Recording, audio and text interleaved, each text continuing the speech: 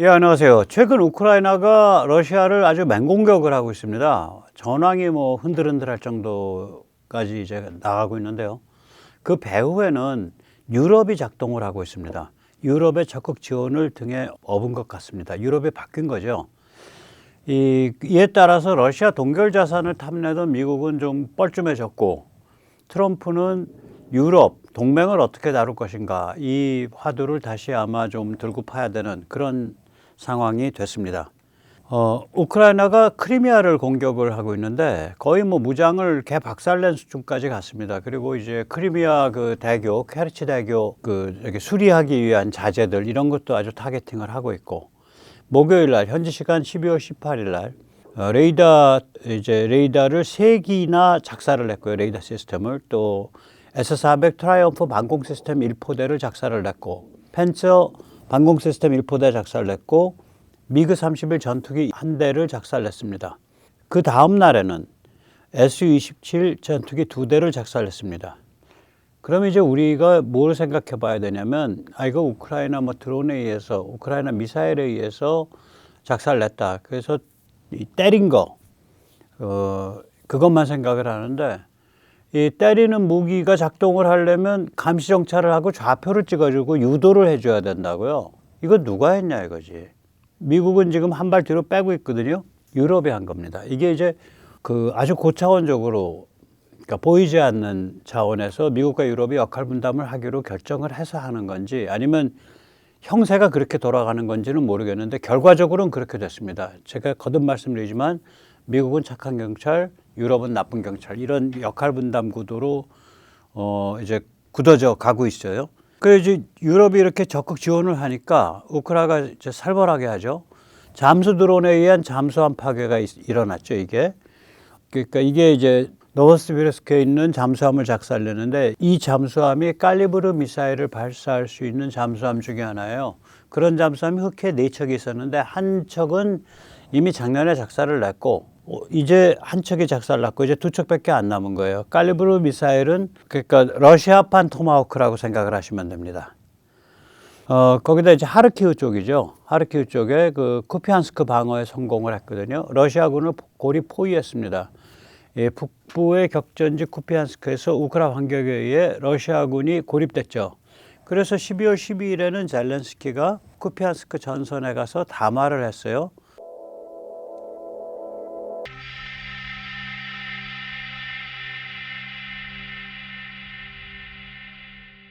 Today I'm in the Kupiansk sector with our warriors who are getting the job done for Ukraine here.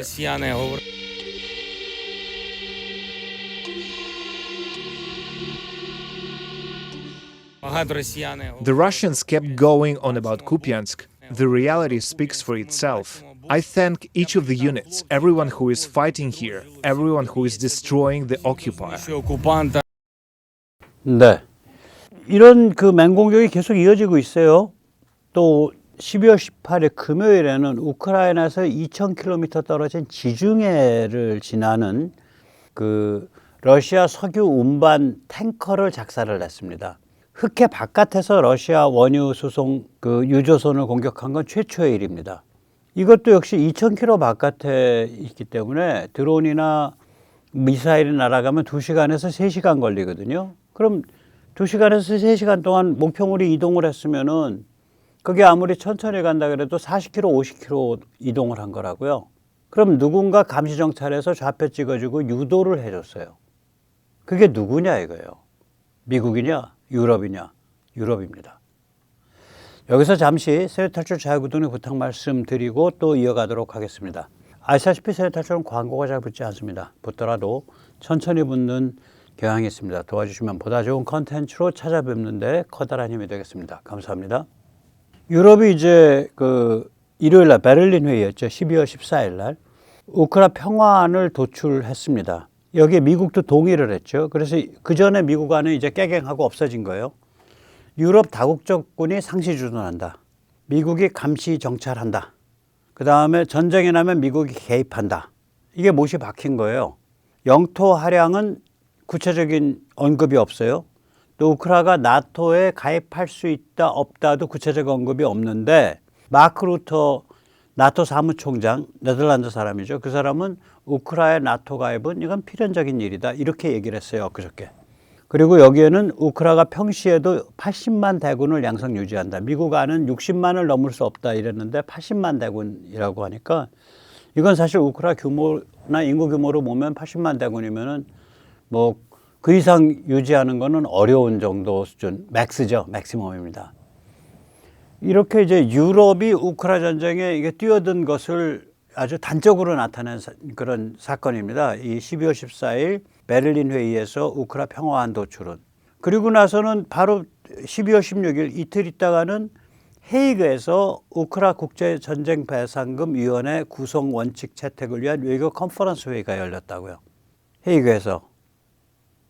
그런데 이제 이 회의는 이제 이 회의에서 이제 원래는 뭐를 하려고 그랬냐면 유럽에 동결된 러시아 자산이 한 1900억 유로 정도 돼요. 그러니까 19 빌리언 유로 정도 되는데 지금은 자산 동결입니다. 이걸 이제 confiscate, 그러니까 freeze는 자산 동결이고 confiscate는 강제 집행이거든요. 이걸 시도를 했다고요. 1900억 유로를. 일단 무산됐어요. 그러나 물꼬가 튀었기 때문에 결국은 이거는 우크라이나 전쟁을 위해서 사용되게 될 겁니다. EU의 최대 정파가 유럽 국민당 혹은 유럽 인민당인데 유로피안 피플스 파티인데 국민의힘이 피플스 파티니까 국민당이라고 번역할 수도 있겠죠. 사실은 인민당입니다. 국민의힘의 정식 명칭은. 참여연대가 영어 명칭이 피플스 파워예요.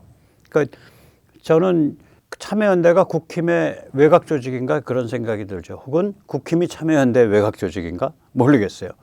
만프레드 베버 이 사람은 이렇게 말을 합니다. 결국 러시아 동결 자산은 우크라이나 지원, 우크라이나 재건, EU의 대출 상환에 사용될 거다. 그러니까 유럽 안에서 돈다 이 돈은 결국 그 소리예요. 이 돈은 우크라이나가 직접적으로 우크라이나를 위해서. 근데 미국이 이제 이렇게 돼서 뻘쭘해진 거죠. 트럼프 정부의 보관은 뭐였냐면 50%는 미국이 꿀꺽하고 미국이 그동안 무기 지원 많이 했으니까 한 3천억 달러 했죠, 미국이. 나머지 절반은 그러니까 지금 한 2천억 달러 정도 되는데 1천억 달러는 미국이 꿀꺽하고 나머지 1천억 달러는 우크라이나 재건이 아니라 러시아 재건 비용으로 쓰려고 그랬어요. 그게 트럼프의 보관이었습니다. 트럼프의 계산법은 뭐냐면 야, 그 EU 나라 많잖아. 우크라이나 지원 및 그 대여는 EU 너희 고유 자금으로 해. 이 돈은 그렇게 쓰는 거 아니야. 이게 이제 트럼프의 보관이었는데 12월 16일 날 EU의 헤이그 회의가 이런 종류 회의가 이제 제대로 딱 붙은 게 이날이 본격적인 게 처음인데 이 돈을 가지고 우크라이나 지원하겠다고 시도를 하다가 미국이 강력 반발하고 그 다음에 헝가리, 체코, 슬로바키아 이 세 나라가 기권을 하는 바람에 이걸 결정을 못했어요. 그러니까 이날 우크라이나 지원을 위해서 이 돈을 이제 강제 집행한다라는 건 결정을 못했지만 그 결정 일보 직전까지 갔기 때문에 앞으로 미국은 이 돈에 대해서 손을 못 대요. 숟가락을 못 꼽는다고요. 그러니까 이제 미국 마음대로 못 사용하는 거죠. 이 헤이그 회의에 결국은 결정을 하는 데는 실패했지만 강제 집행하는 데는 실패했지만 당분간 그 메시지는 미국한테 야, 이 동결 자산에 유럽에 동결되어 있는 자산에 미국이 숟가락 꼽지 마라고 EU가 반발한 거예요, 유럽이. 자, 아마 트럼프가 이제 완전히 달라지고 있는 유럽을 상대하는 법을 배우는 중일 겁니다. 그리고 유럽은 또한 이렇게 이제 우크라이나 전쟁의 가장 중요한 당사자로 거듭나게 되면서 첫 번째 과제는 우크라이나를 도와서 러시아를 굴복시키는 것까지 어떻게 갈 거냐. 그리고 나서는 러시아 배후는 중국 아니야. 중국과 어떻게 관계를 풀 거냐라는 유럽은 유럽대로의 화두를 이제 스스로 직면한 거예요. 스스로 이제 직시하게 되는 거죠. 트럼프는 트럼프대로 야, 유럽 애들 이거 똘똘해지고 이제 배포가 커졌는데 쟤들 어떻게 다뤄야지. 함부로 이제 구박 못 하겠는데 이렇게 직시하게 된 거고, 이게 트럼프가 얘기해 왔던 거예요. 사실은 야, 각자 다 자기 이익을 극대화시키기 위해서 다 뛰어. 그런 상태에서 우리가 새롭게 룰을 짜자. 그게 트럼프의 얘기잖아. 그래서 큰 차원에서 보면 트럼프의 성공이고, 작은 차원에서 보면 숟가락 못 꽂게 됐으니까 2천억 달러, 2천억 유로, 1,900억 유로에 미국이 숟가락 못 꽂게 됐으니까 트럼프의 실패고, 이걸 실패로 봐야 되는지 성공으로 봐야 되는지 우리 고민 좀 해봐야죠. 아무튼 복잡한 과정이고요. 결국 이렇게 국제 정세가 큰 차원에서 틀이 잡히게 되면 리짜민과 더불당이 한국을 하이제킹을 해서 호시탐탐 중국으로 들고 튀려는 것, 또 한국을 전체주의 경찰 국가로 전락시키려는 것, 이런 흐름이 결국 쐐기가 박힐 수밖에 없습니다. 예, 오늘 여기까지 모시겠습니다. 감사합니다.